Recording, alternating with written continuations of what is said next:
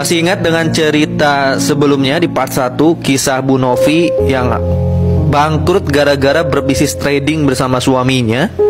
Akhirnya harus pindah ke rumah kontrakan dengan sisa uang cuma 1 juta.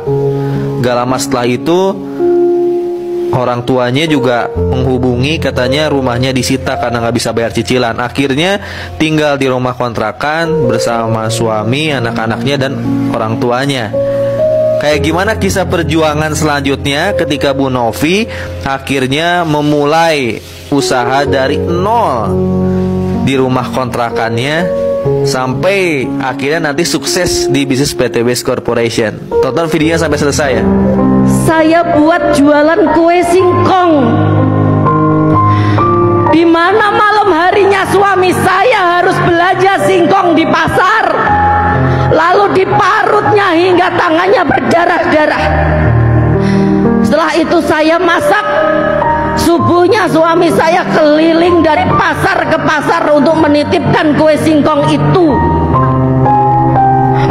Kami sudah bekerja banting tulang dari malam ketemu malam, tapi itu pun tidak cukup untuk membiayai hidup kami. Jangankan buat bayar hutang Bapak Ibu, buat makan saja susah.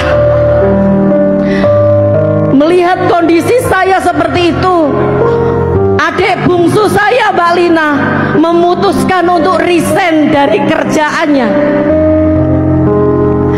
Kata Mbak Lina,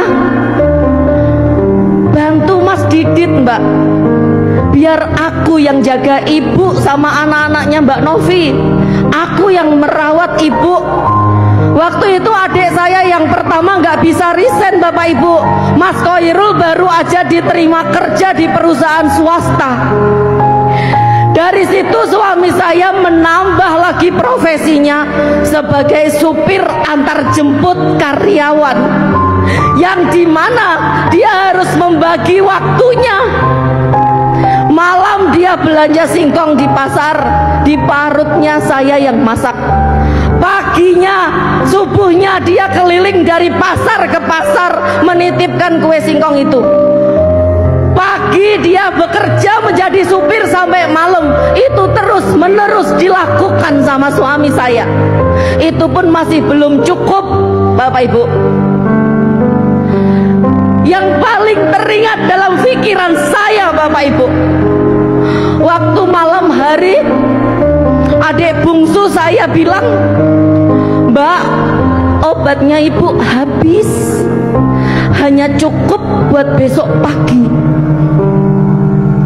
Di situ menyusul anak saya, Farel namanya, bilang, Mami, Farel udah lama sekali nggak makan ayam. Farel sama Dek Dea pengen makan ayam. Beli ya Mi besok. Saya bilang iya. Paginya saya pergi ke pasar Bapak Ibu, hanya bawa uang 4.000 saja. Saya beliin tempe, sampai rumah saya tumbuk tempe itu menjadi nugget. Saya suapkan ke anak saya satu persatu. Kata anak saya bilang, enak Mi ayamnya. Tiap hari Farel sama Dek Dea makannya hanya tahu sama tempe. Baru kali ini Farel makan ayam lagi katanya Bapak Ibu. Hanya ayam saya gak bisa belikan. Mendengar dari itu, ibu saya bilang, Ibu gak usah dibeliin obat. Maaf ya, ibu sudah ngerepotin kalian. Uang buat beli obat, buat beli ayam saja ibu mati nggak apa-apa katanya. Mendengar itu Bapak Ibu, saya langsung lari ke kamar.